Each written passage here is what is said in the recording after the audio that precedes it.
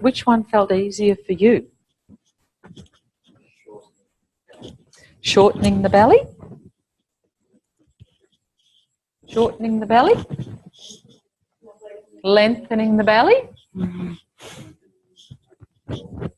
Lengthening gave you more control to get up higher. Your pelvis was, for you, felt it had more availability maybe.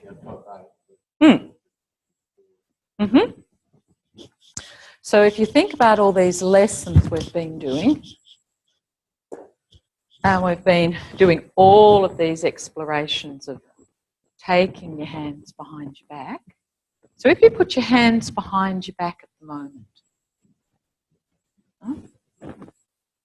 would it be easier to do if you lengthened your low belly or shortened your low belly? Yeah.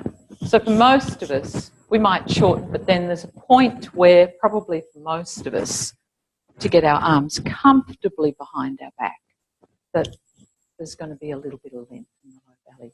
So what happens if I take them behind and I keep that shortened a little bit?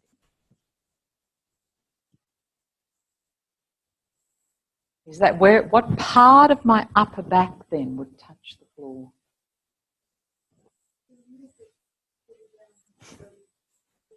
Yeah, and it's going to be different for all of you, but yeah. And then lengthen the low belly. And what part would be more likely to touch the floor?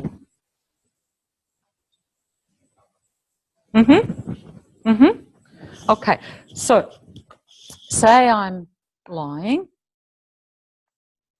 and you might not remember, but probably I've been saying it a few times, and Feldenkrais has too, about maybe as we do these lessons, there's something changing in your ability to get the lower leg vertical.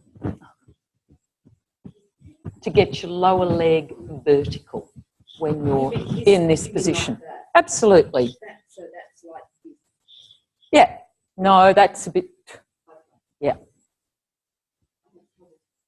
Most people have trouble even knowing where their legs are, I would say, yeah, generally. I can't get this guy undone, sorry. There he goes. To put him back in. Okay, so what does this length from the pelvis, do you think that might tell me about someone's organisation?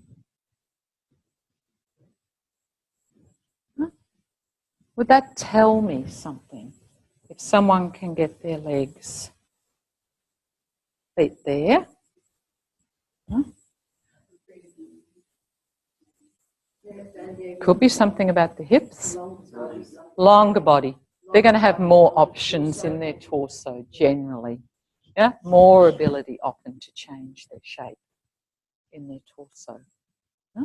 So if I'm here and I'm going to lift the pelvis, how much do I have to move to get the weight onto my feet?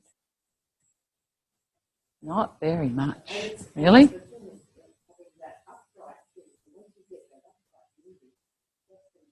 That's your bridge, really. There's your strut. There's your support.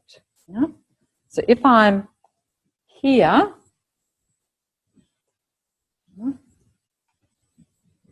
how much, what will I tend to do? Will I send my weight to my feet? What would I tend to do more? Push with the feet and push myself more onto my upper back. Yeah? So it's not going to be as easy to get this light then, is it? If I'm going to transfer weight up onto it, if I've already pushed a lot of my weight. So this is again what we've talked about, counterbalance, this ability to redistribute our weight, to allow our pelvis to get lighter. Yeah? So this tells me automatically that it's easier for someone to lift their pelvis. Just as if someone's sitting, and we did this a little bit the other day, if someone's sitting with their knees out, their feet out there, how are they going to be able to come up to standing? Well, they can, but what are they going to have to do? really go forward, forward, forward, forward, forward.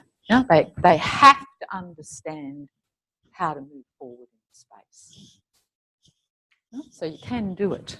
But this is going to be much quicker because my pelvis is nearly already over my feet, especially if you're holding a cup.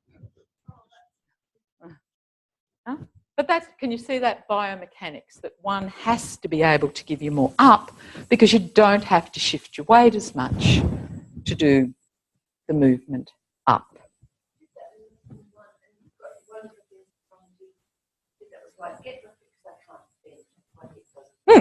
Get those feet back behind and sort of take your weight off them. And you use the momentum, but it's actually swung you onto your body. Absolutely. Or another classic is if people are out there, they'll often can get 1 foot under. Well, if they can get 1 foot under, that's often going to be enough to get them forward and up. It's still much more easier than going.